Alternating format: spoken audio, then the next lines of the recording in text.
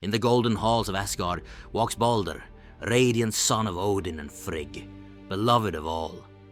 One night, dark dreams plague Baldr and Frigg, omens of a terrible fate. Worried that their brightest star is doomed, Odin ventures secretly to the underworld on his eight-legged steed Sleipnir. In a misty hall, a dead seeress, Volva, wakes and tells him plainly, Baldr will die. None but wicked hand can slay him. The prophecy chills Odin's heart, but fate cannot be reversed. Back in Asgard, he whispers the warning to Frigg, who swears to spare nothing to protect her son. Fearing the horror is true, Frigg travels everywhere, from the highest mountain to the deepest ocean, begging every living and non-living thing for a sacred promise. Trees, stones, metals, fire, water, all swear never to harm Baldr. Gods rejoice. They shower Baldr with spears, hurl fiery rods and heavy stones. Each missile bounces off harmlessly, leaving him unscathed. Laughter fills the hall as Odin's golden boy gleams, unhurt under the harmless assault. Invincible Baldr becomes a hero of jokes and dares, loved even more, but destiny still creeps in shadows. Protected by boundless oaths, Baldr's invincibility becomes the god's favorite game. Every day in the hall, the Aesir, Thor, Heimdall, Freyr and the rest line up to test Baldr's charm against weapons and stones. Torches and spears, swords and boulders, even arrows seem to melt harmlessly on his shining foam. He laughs, and the hall rings with joy. Odin and Frigg beam, believing the danger is past. The sun dapples through golden windows onto the scene, and for a moment, it seems the dark prophecy has been cheated. Yet Frigg realizes too late. In all her pleas, one trivial thing was forgotten. In a quiet glen grew a mistletoe, a small, unassuming plant. Frigg thought it too weak to harm anyone. She never asked it to swear an oath. That tiny oversight hides in its leaves a spark of doom. For now, Loki, the trickster god, senses a loose thread in fate's tapestry. His eyes gleam at the innocence of this plant, a hidden snake in the grass. Loki, sly shapeshifter and Odin's own brother by oath, loves chaos. When he hears gossip of Baldr's game, a wicked idea takes root. Disguising himself, Loki sidles up to Frigg in Asgard. In a honeyed voice he asks, "Did every living thing swear never to hurt Baldr?" Frigg, unsuspecting, prattles that yes.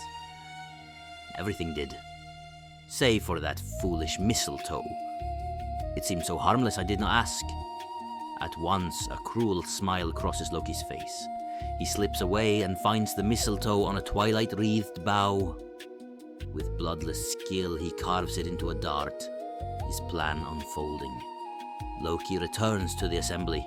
He spies Baldr's blind brother Hod, standing apart, frustrated that he cannot join the fun.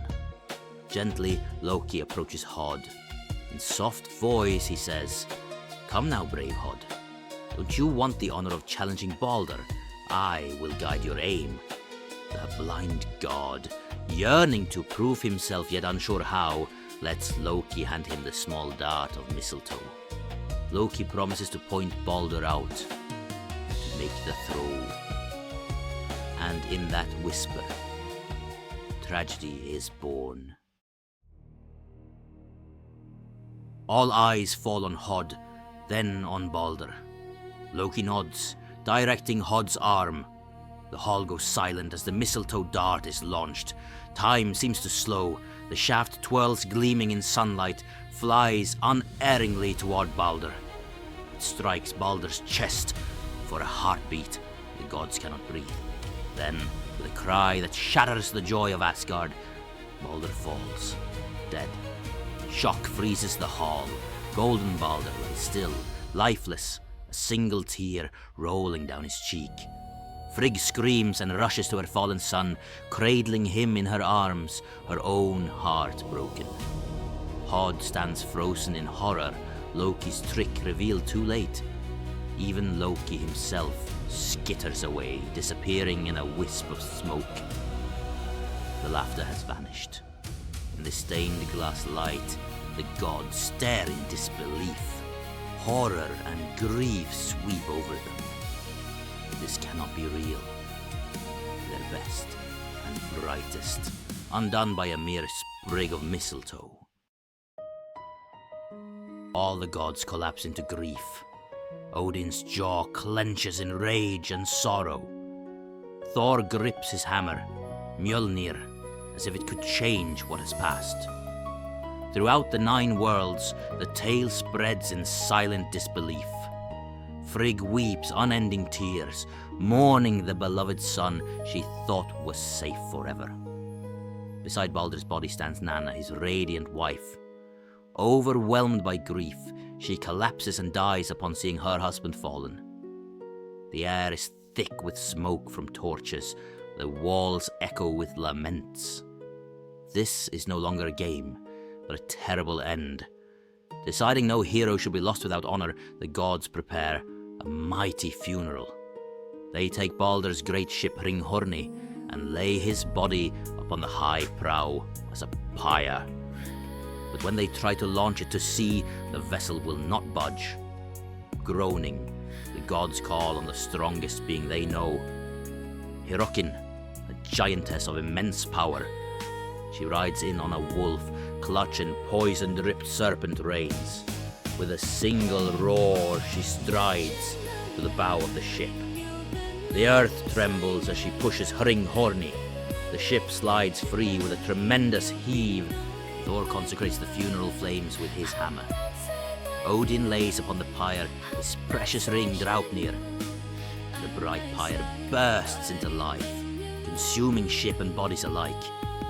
And all of Asgard, gods and giants, elves, dwarves and valkyries, stand silently together by the shore. They watch the holy fire and the burning ship vanish into the night. Tears of sorrow in every eye. Even in death, hope flickers. Frigg begs. Who among the gods is loyal enough to seek Baldr's return from hell? Hermod, a son of Odin, steps forward. Mounting Sleipnir once more, he gallops 9 nights through ever-darkening lands to the river Gjöll, whose trembling bridge is guarded by a monstrous maiden. She lets Hermod pass, and soon he stands in the pale halls of Hel, the dread queen of the dead. There Baldr sits prisoner, cold and wan. Hermod pleads with Hel's icy heart, offering rich treasures and weeping praise for the god of light. Hel speaks calmly. Baldr may go free, if every being in the 9 worlds weeps for him. Overjoyed, Hermod rides back, rallying gods and giants, elves, animals, and even the tiniest worms to weep for Baldr's loss. All creatures mourn, shedding tears of salt and mist. One being stays away, in disguise as a giantess called Duck. Loki sneers at the funeral. When summoned, this Loki refuses to weep, mocking the gods. In a harsh voice he declares, "Let Hel hold what she has." With that curse, hope is shattered. Baldr is doomed to remain in Hel's dark realm. In Asgard, a void opens. Baldr's death is the first dire stroke of prophecy fulfilled, the first whisper of Ragnarök, the twilight of the gods. Though the sun still rises and life goes on, in the hearts of the Aesir something has died too. The radiant laughter of Baldr is silenced, innocence betrayed by the smallest of seeds. And so the cycle of myth turns dark. The tricks of Loki have set the greatest of betrayals in motion, leaving the gods to mourn the fall of their brightest light.